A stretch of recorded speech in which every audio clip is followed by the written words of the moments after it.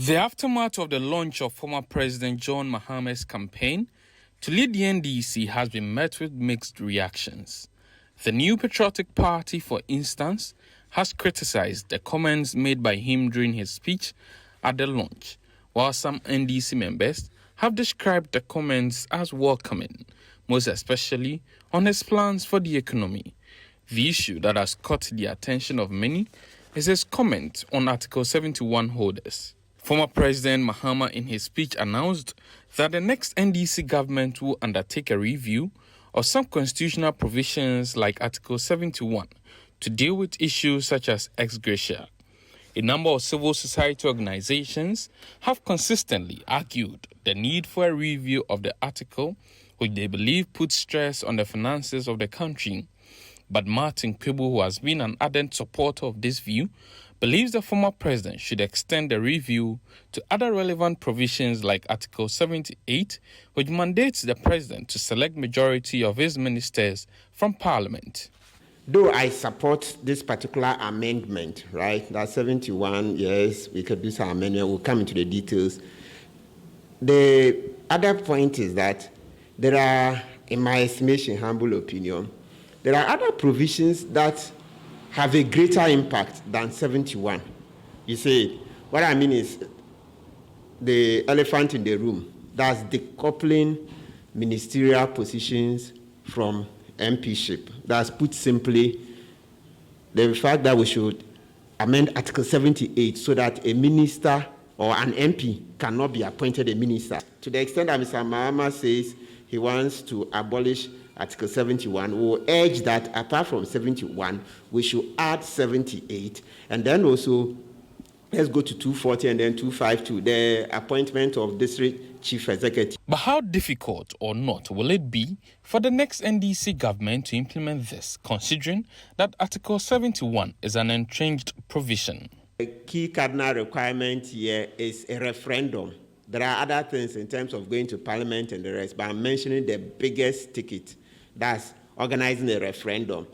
And so we have to go through the process. And so as soon as you mention referendum, then that means money, because a referendum means people are coming to vote for the amendment, right? And all citizens above 18, just like the way we vote in the presidential elections, right? So the whole country. And there's work to be done. So here we are talking about Article 290. The reason we need a referendum is that Article 71 is an entrenched provision, entrenched, very strong like that. You can't move it easily. So the meaning is that in order to amend it, go around and seek the mandate of the people. The people have to determine. So we need a referendum, and in the referendum, you need at least 40% of the people to turn up to vote. And when they come and vote, at least 75%, that's a huge number, must vote in favor. So you see that before you do such a referendum, there has to be a lot of education. So it requires time. So it can't be that it will just be done overnight. It cannot be done in less than 1 year. There have, however, been criticisms as to whether the former president will really implement the promise when voted for. In line with this, some have urged the former president to take certain steps aimed at giving the assurance that the promise is not only for campaign purposes. Martin Kpebu, for instance, wants the former president to sign an undertaking and return ex gratia received as indication of the willingness to see to the review of Article 71. This time, not enough for them to deceive us, I'm proposing that he should personally put it on paper and sign all the articles that he agrees we should amend. People have suggested to Mr. Mahama that he should show an example by giving up what he's earning now. And I think he should do it. Mr. Mahama should step forward and decline the rest of the emoluments he's receiving.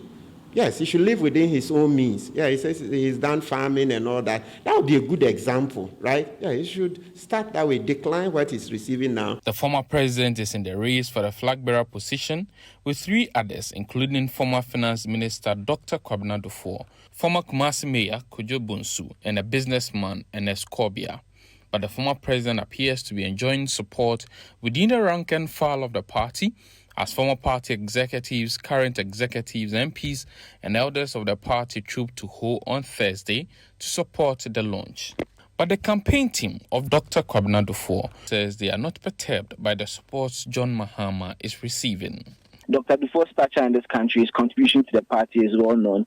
And at this point in time, when we are looking for solutions to fix our economy, there will be no better hand than the person that understands the economy, the person that has lived it, has performed excellently when given a role to lead us to the next destination in fixing this country, in this mess we are in. I mean, we saw regional chairman in MPP's Congress endorsing a particular candidate. That candidate lost at the end of the day. So these are all things that we will take into consideration, but it's nothing that actually worries the Dr. Dufour campaign at all. The former president, however, says he will not make the support received make him complacent. As a result, he has decided to visit every constituency and meet all delegates in order to directly court their support.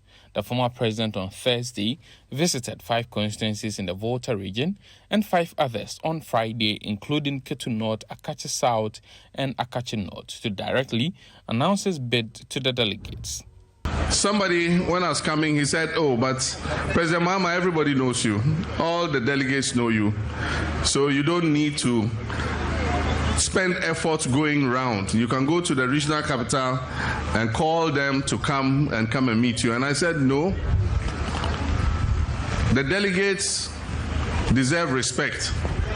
And I should go to them. They shouldn't come to me." So I decided that I'll come region by region, constituency by constituency, and meet you directly and reintroduce myself, that I'm John Dramani Mahama, and I've come to ask for your vote on May 13th in the presidential primary of the NDC. The former president urged delegates in these constituencies to make sure he garners 99% of the total votes cast in the presidential primaries of the NDC. You gave me 98%.